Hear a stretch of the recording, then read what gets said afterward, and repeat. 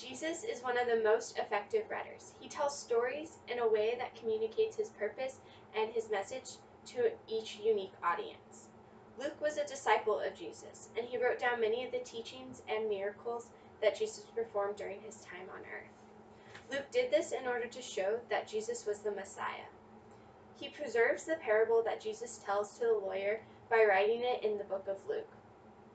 Through the rhetorical analysis of the specific historical and social context and the author's purpose, readers are able to gain a better understanding of the parable of the Good Samaritan. The parable of the Good Samaritan goes like this.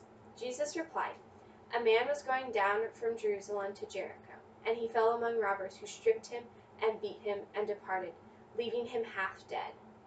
Now by chance a priest was going down that road, and when he saw him, he passed on the other side. But so likewise a Levite, when he came to the place and saw him, passed on the other side.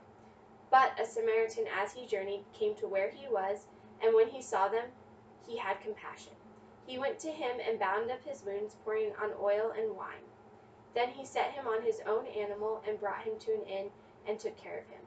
And the next day he took out 2 denarii and gave them to the innkeeper, saying, 'Take care of him, and whatever you spend, I will repay you when I come back.' Which of these 3 do you think proved to be a neighbor to the man who fell among the robbers?" He said, "The one who showed him mercy." And Jesus said to him, "You go and do likewise." The historical and social context are essential for understanding the purpose. According to the Reformation commentary on Scripture, no priest or Levite would voluntarily defile their ritual purity because this would be in contrast to the law. Both the Levite and the priest showed that they had self-preservation because they wanted to preserve their reputation.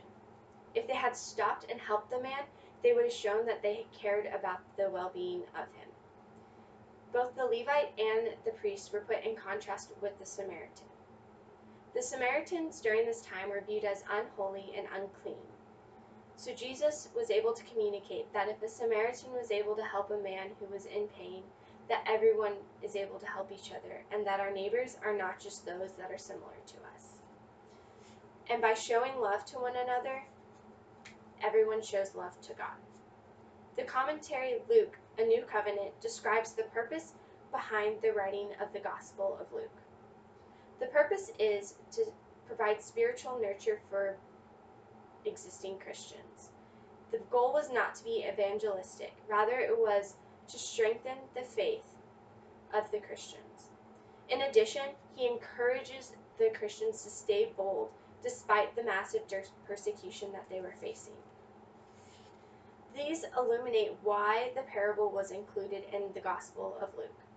It reminds believers how to act, to love their neighbor, which in this it demonstrates the love of God, to treat everyone with kindness because everyone is their neighbor. Readers of the Bible are able to understand the passage of Matthew 10:25-37 better because of the rhetorical analysis. And through the analysis of the social and historical context and the author's purpose, it is revealed that it is essential to love others in order to serve God in a more pleasing way. But the rhetorical analysis does not only apply to the parable of the Good Samaritan.